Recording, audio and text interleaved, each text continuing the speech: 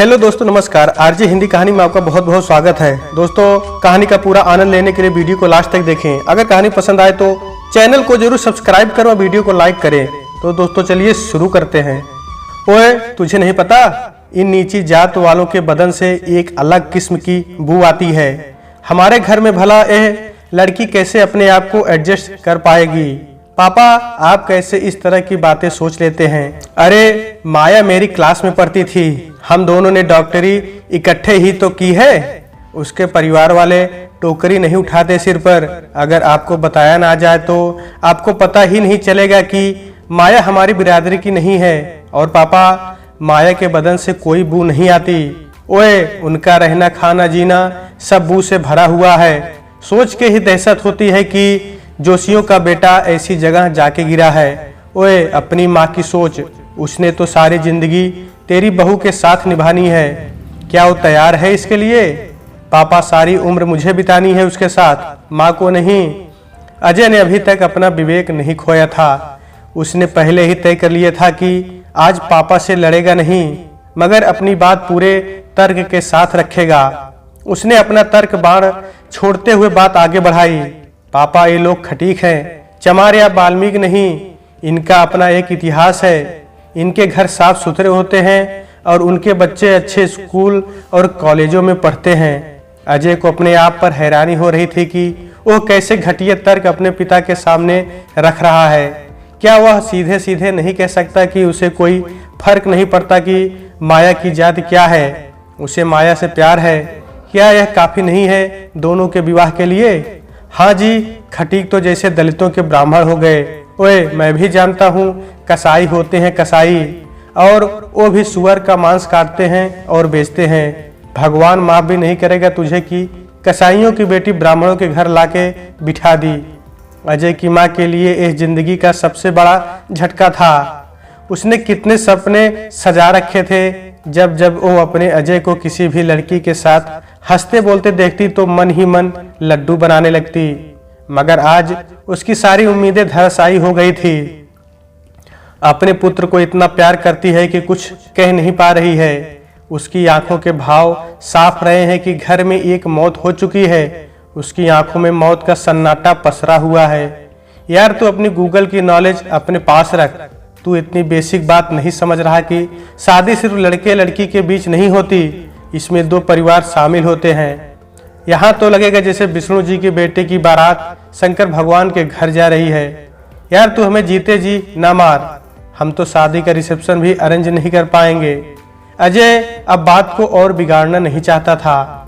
फिर शाम को माया से मिलने का कार्यक्रम भी बना रखा था।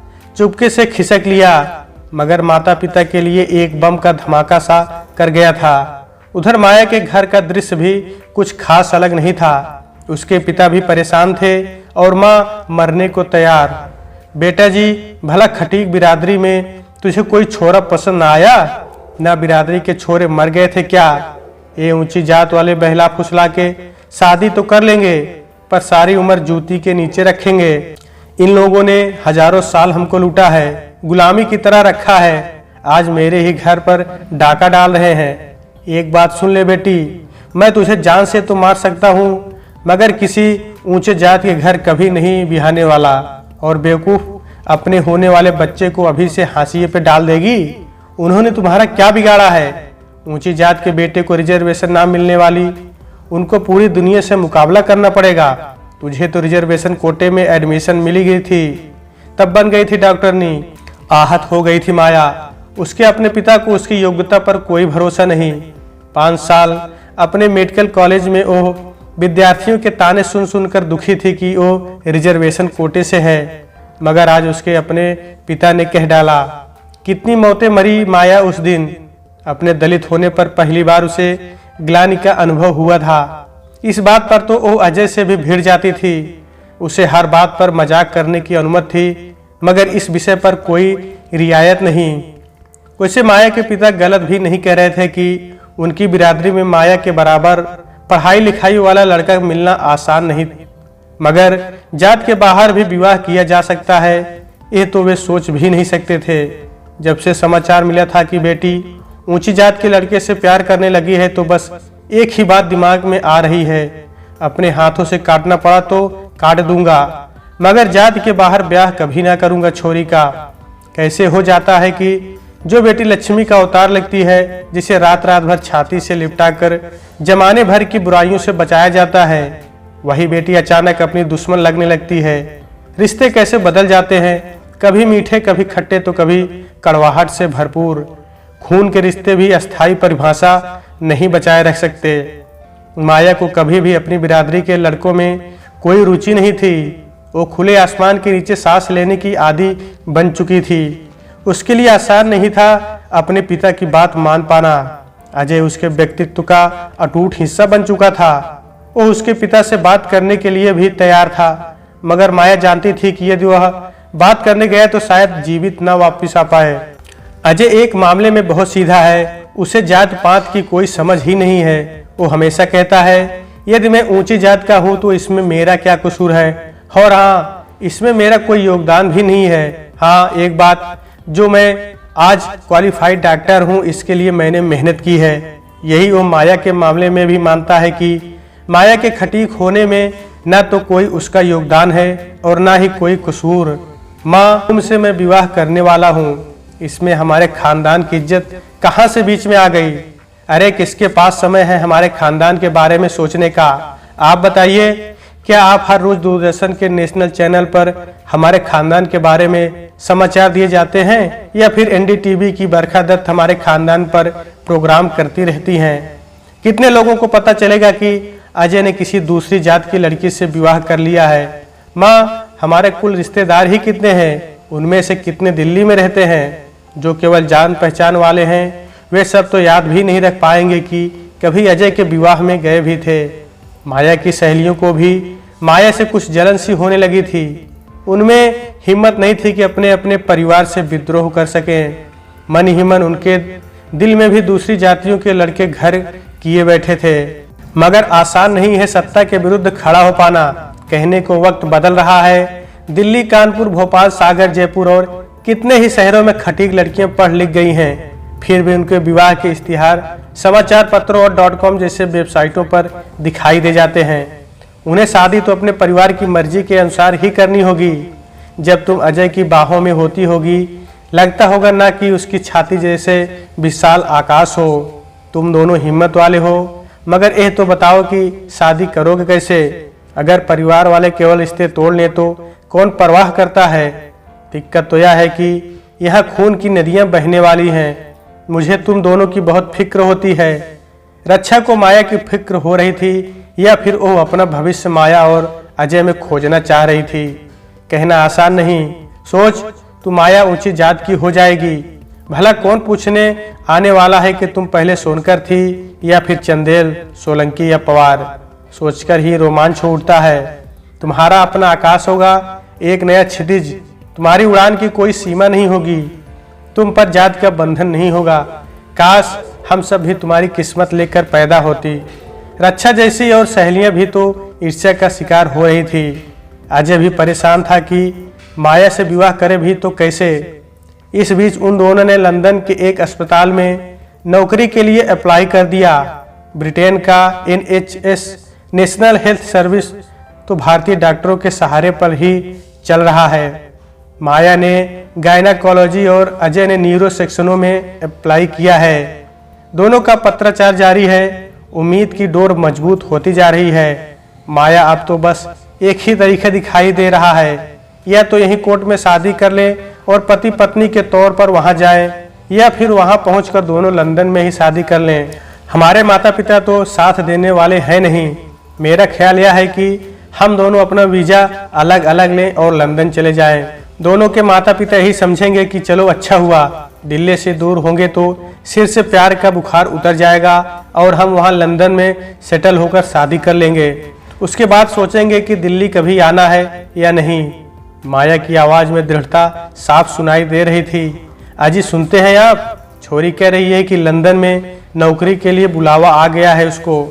3 साल का कॉन्ट्रैक्ट है, जाना चाह रही है। आपसे पूछने में डरती है। अरे दिल्ली में रह के तो मुंह में कालिख पोत ही रही है, विलायत में जाके पता नहीं क्या क्या गुल खिलाएगी।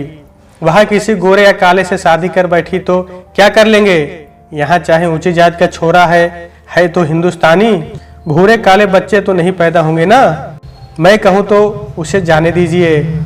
फिलहाल तो आज के तूफान से बचने का इससे बढ़िया कोई तरीका दिखाई नहीं दे रहा। सुनो, ऐसा करते हैं कि दिलबाग सिंह के छोरे से बात चलाते हैं। अकाउंटेंट है, सीए भी कर ही लेगा। इंग्लैंड को मारो गोली, बस शादी करो छोरी की। डॉक्टरी तो पढ़ बैठी, अब और कौन सा तीर मार लेगी विलायत जाके। अजय के पिता ने ठीक वही सोचा जो अजय का अंदाज था। किस अस्पताल में नौकरी मिल रही है? लंदन कॉलेज हॉस्पिटल में पापा। जब तू 5वीं में पढ़ता था तो हमारे पुरोहित जयदेव वशिष्ठ जी ने भविष्यवाणी की थी कि तुम विदेश जरूर जाओगे। उनका कहा सच हो रहा है। कितने साल का कॉन्ट्रैक्ट है? शुरुआत में तो 3 साल का है पापा, मगर निगोशिएबल है। आपसी समझ से बढ़ भी सकता है। बेटा, क्या यह नहीं हो सकता है कि तू भारद्वाज साहिब की बेटी से शादी करके विदेश जाता? वो भी डेंटिस्ट्री के आखिरी साल में पढ़ रही है। तुम्हारी ट्रेड की भी है और अपने बिरादरी की भी है।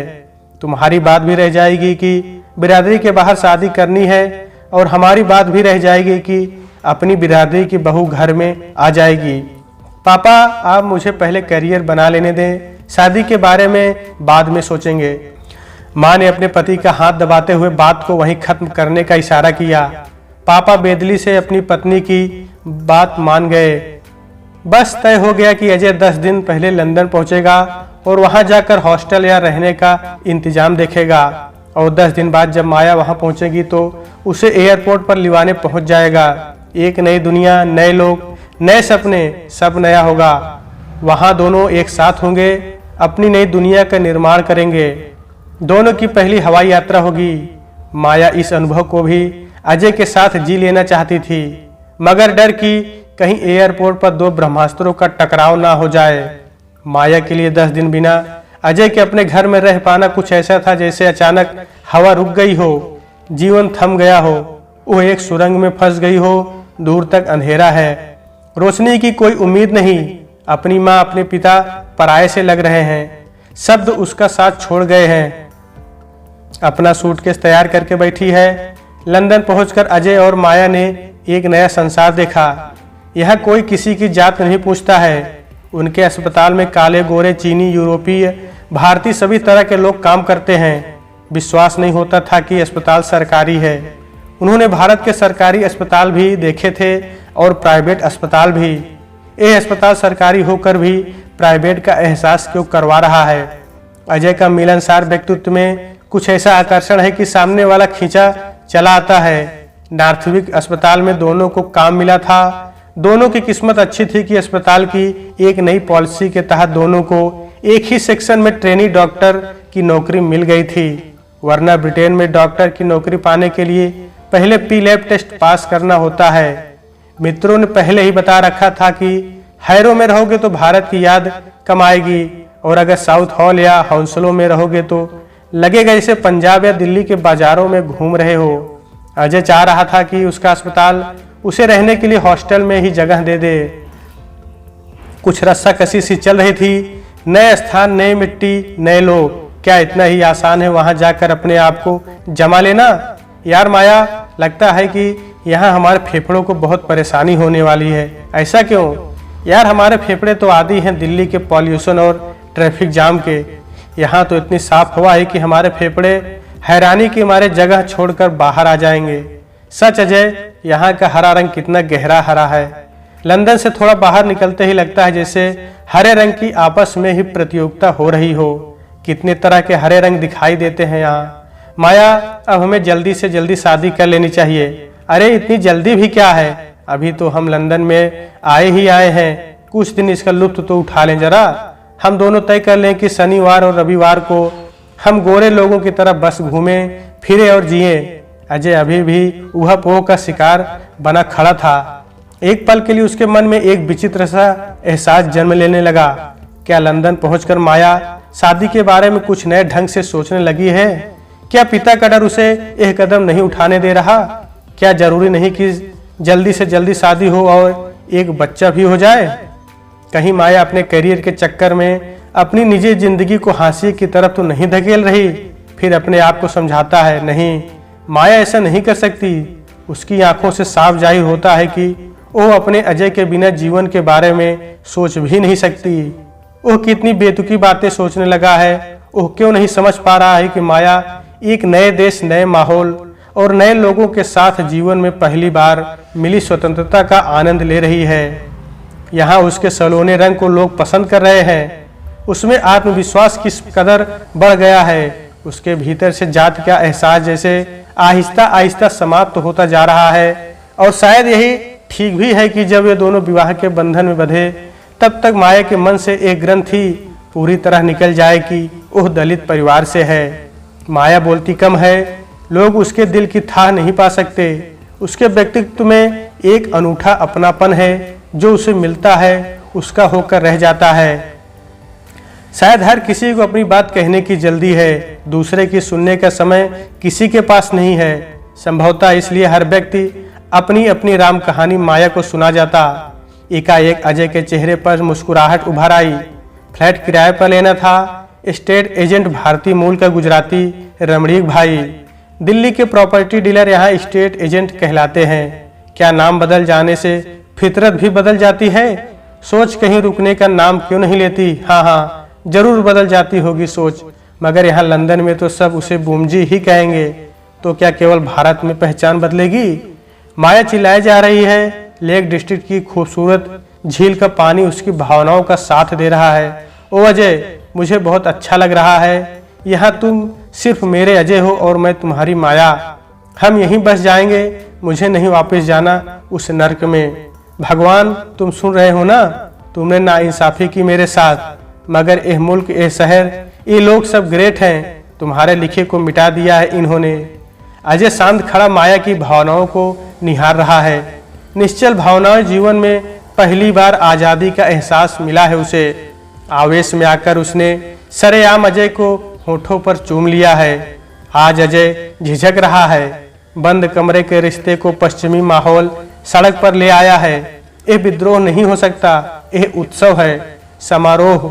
माया अचानक बुद्ध बन गई है। अजय, मुझे नहीं लगता कि मैं वापस भारत जाकर अपने आप को एडजस्ट कर पाऊंगी। क्यों जान? भला भारत से ऐसी कौन सी गलती हो गई? तुम्हें याद है परसों हम दोनों अदिति के घर डिनर पर गए थे। इन रोमांटिक पलों में तुम्हें अदिति का डिनर क्यों याद आ रहा है? उस डिनर में एक ऐसी बात हुई जिसने मेरे दिल पर अमिट छाप छोड़ दी है। अदिति ने मेरे व्यक्तित्व को झिझोड़कर रूढ़ियों से आजाद कर दिया है।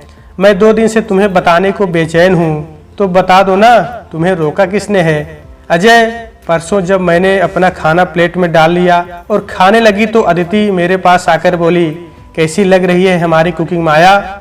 जाहिर है कि मैंने खाने की तारीफ की, लेकिन साथ ही साथ यह भी कह दिया, अरे तुम खुद ही टेस्ट करके देख लो ना। लेकिन उसके बाद जो अदिति ने किया मैं सोच भी नहीं सकती थी। आखिर ऐसा भी क्या कर डाला अदिति ने? उसने आगे बढ़कर मेरी प्लेट में से रोटी का एक टुकड़ा तोड़ा और मटर पनीर की सब्जी में से एक टुकड़ा पनीर का लिया और अपने मुंह में डाल लिया और बोली, भाई वाकई खाना तो टेस्टी बना है। और मेरी प्यारी सी माया की प्लेट से लिया खाना तो और भी अधिक टेस्टी हो गया है। अजय बहुत ध्यान से माया की बात सुन रहा था। माया के लिए एक घटना और भी अधिक महत्वपूर्ण हो गई थी, क्योंकि अदिति तो जानती है कि माया दलित है। यानी अदिति भी ठीक अजय की ही तरह मनुष्य को उसकी जाति से जोड़कर नहीं देखती। उसी शाम दोनों ने विवाह का निर्णय भी ले लिया था। वापस जाकर हैरो सिविक सेंटर में अपने विवाह का आवेदन भी जमा करवा दिया। दोनों ने अपने अपने परिवार को इस विषय में कोई सूचना न देने का निर्णय किया था, मगर दोनों को अपनी अपनी माँ पर बहुत भरोसा भी था और प्यार भी। दोनों ने एक एक फोन किया और एक दूसरे की माँ से बातचीत भी करवा दी। दोनों माओं को जलती आग पर खड़ा करके अजय और माया ने मैरिज रजिस्ट्रार के सामने हस्ताक्षर करके जीवन भर के लिए एक दूसरे का हो जाने के निर्णय पर मोहर लगा दी थी। अजय, मैं आज से माया शर्मा हो गई। एक नई पहचान, एक नया जीवन, सोचकर कहीं कुछ अच्छा लग रहा है। माया, अगर तुम अपना नाम माया सोनकर शर्मा लिखना चाहो तो मुझे कोई आपत्ति नहीं होगी।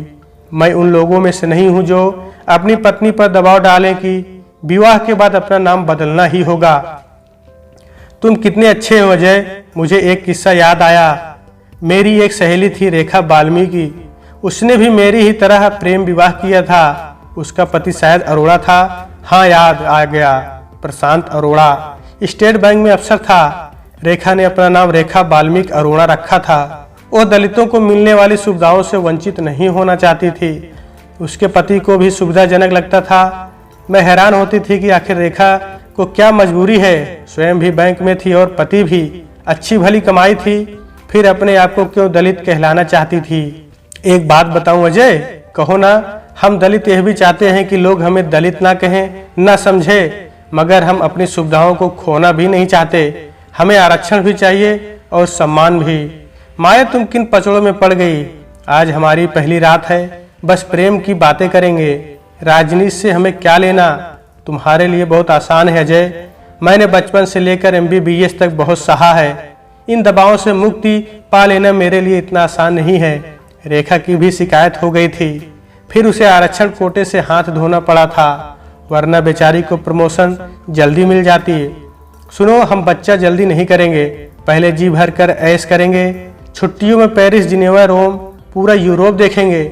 मेरे दिल में एक डर है, हम दोनों के हालात साधारण नहीं है। बच्चा परिवार को बांध कर रखता है। हम दोनों का पहला बच्चा जल्दी होना जरूरी है, वरना हमारे माता पिता हमें अलग करने का प्रयास जरूर कर सकते हैं। अचानक वही माँ बाप विलेन बन जाते हैं, जिन्होंने बचपन से लेकर जवानी तक पाला पोसा होता है और पढ़ाई करवाई होती है, जो चलना सिखाते हैं, बोलना सिखाते हैं, सोचना सिखाते हैं, वही बदलती सोच को समझने से इनकार कर देते हैं। ऐसा नहीं है कि माया और अजय के मन में कोई ऊहापोह नहीं है। वे दोनों परेशान हैं, सोचकर कि जब वापस भारत जाना होगा तो अपने अपने परिवार का सामना कैसे कर पाएंगे। जहां इंसान काम करता हो, वहीं एक दिन जब ग्राहक के रूप में पहुंच जाता है तो कुछ विचित्र सा तो लगता ही है। माया भी उसी वार्ड में पहुंच गई थी जहां वो गर्भवती महिलाओं की जजगी करवाती रही थी। उसने बहुत सी औरतों को दर्द से तड़पते देखा है, नहीं चाहती कि अजय उसे दर्द सहते हुए देखे। हालांकि स्वयं डॉक्टर है, मगर अपनी माया के दर्द को सह नहीं पाएगा। इसलिए माया ने उसे डिलीवरी के समय लेबर रूम में रहने से रोक दिया है। उसकी डॉक्टर ने तो कह दिया, Maya, you look to comfortable for delivery. भला डॉक्टर को क्या मालूम कि माया कितना दर्द सहने का मादा रखती है। उसके चेहरे पर सिकन तक नहीं थी, किंतु वो जानती थी कि 1-2 घंटों में डिलीवरी होने ही वाली है। दोनों को मालूम है कि बेटी होगी। साइंस के कुछ लाभ भी होते हैं। दोनों बहुत ही उत्साहित हैं। अजय ने बेटी का नाम भी सोच रखा है, मगर माया का मत इस बारे में स्पष्ट है। नाम वैसा होना चाहिए जिसका उच्चारण यहाँ के लोकल अंग्रेज आसानी से कर सकें। उसकी सोच व्यवहारिक है। अजय, हमारी बिटिया का नाम A, B या C से शुरू होना चाहिए। S से Z वाले बच्चे हमेशा लिस्ट में सबसे नीचे रहने को अभिशप्त होते हैं। वैसे भी हमारा सरनेम शर्मा तो S से ही शुरू होता है। उसने एक सूची भी बना ली थी, अन्य, अनीता, आयशा, आलिया, बेला, डेजी, डालिया, जिया। बस जी से आगे नहीं जाएगी। ये नाम ब्रिटिश गोरे आसानी से बोल पाते हैं। माया ने मदर केयर से एक किताब भी खरीद ली थी। उसमें वो अपनी पुत्री के बचपन से बड़े होने तक के सारे रिकॉर्ड नोट करेगी। उसके पहले बाल, छोटे छोटे हाथ और पैरों के निशान, दांतों का पूरा रिकॉर्ड, और पहली फोटो से लेकर 5 वर्ष तक के सारे चित्र। उसमें बच्ची के दादा के और नाना के परिवार के सभी नामों का एक पेड़ भी बना था। अपने अपने दादा दादी और नाना नानी के नाम तो माया और अजय को याद थे, उससे आगे कुछ नहीं। अजय से रहा नहीं गया। उसने सोच ही लिया, जब हमें अपने दादा दादी और नाना नानी से पहले पूर्वजों के नाम ही याद नहीं तो काहे का खानदान और काहे की बिरादरी। अजय का मानना है कि बिरादरी शब्द बिरादर से निकला है, यानी कि आपके भाई बंद। उसे याद नहीं कि इस बिरादरी ने कभी किसी का भला किया है। हाँ, राह में रोड़े जरूर बिछाए हैं। इसी बिरादरी ने ही तो उसे और माया को देश से निकाल दिया है। अजय की माँ से नहीं रहा गया। उसने अपने पति को सब कुछ बता दिया। वो अपनी पोती के जन्म पर आकर स्वयं अपनी बहू की देखभाल करना चाहती थी। पति ने पुत्र को माफ नहीं किया, मगर पत्नी को जाने से रोका भी नहीं। माँ आ पहुंची थी माया और पोती की देखभाल के लिए। अजय को भी माँ के हाथ का खाना मिलने लगा था। वो हैरान भी था, कहीं कोई तनाव नहीं। माँ ने एक बार भी नहीं कहा कि घी और मेवों से भरी पंजीरी खानी आवश्यक है। वैसे भी माँ कम बोलती है। उसे सुकून इसी बात का था कि वो अपने हाथों से अपनी पोती की देखभाल कर रही है। हर रोज अमिता की मालिश करती, नहलाती और कपड़े बदलती, उसके रोने पर चुप कराती। माया को पूरा आराम मिल रहा था और माँ का व्यक्तित्व तो उस पर छाया जा रहा था। बस एक आदेश जरूर दिया था, माया बिटिया को अपना दूध पिलाएगी, ऊपर के दूध पर नहीं पलेगी बच्ची। उस आदेश को मानने में माया ने कोई आपत्ति भी नहीं की। दिल्ली में बैठे नाना को कुछ पता नहीं था कि लंदन में क्या कुछ घटित हो रहा है। उनकी आंखों में अभी दूसरी तरह के सपने थे। वे अपने सपनों में अपनी बेटी का विवाह देख रहे थे, जबकि बात वहां से बहुत आगे बढ़ चुकी थी।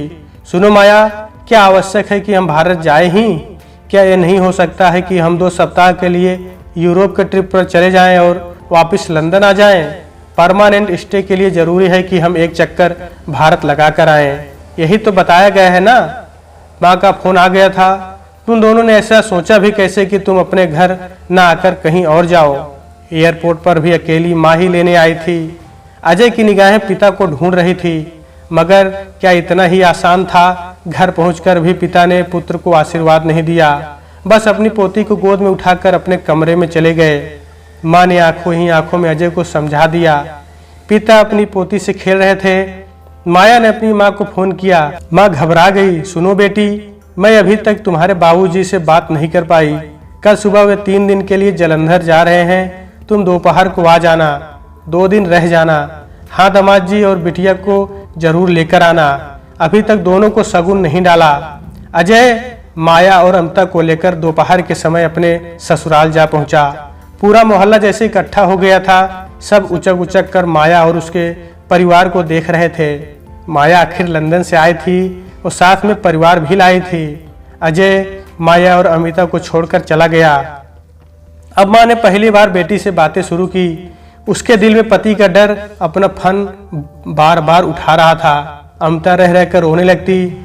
माया ने माँ को अपने लंदन जीवन के बारे में बहुत कुछ बताया। उसकी आंखें पूरे घर का जायजा ले रही थी। कुछ नहीं बदला था। घर का पेंट तक नहीं करवाया गया था। शायद माया के न होने के कारण ही पिता ने कुछ नहीं करवाया था। दीवारों का प्लास्टर भी जगह जगह से उखड़ रहा था। रह रहकर माया को घर के बिस्तर और पर्दों में से एक अजीब सी गंध महसूस हो रही थी। शायद उसी गंध की वजह से अमिता भी बीच बीच में रोने लगती। माया के लिए एक गंध सहना असहाय हुए जा रहा था। उसे अपनी माँ की बातें ठीक से सुनाई नहीं दे रही थी। उसका दिल अपने ही घर में नहीं लग रहा था। उसे विश्वास नहीं हो रहा था कि इसी घर में उसने अपना पूरा जीवन बिताया था।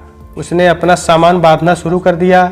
माँ ने लाख पूछा, मगर माया ने बस इतना ही कहा, माँ अभी हमें अकेले रहने की आदत नहीं है, अजय को मुश्किल होगी।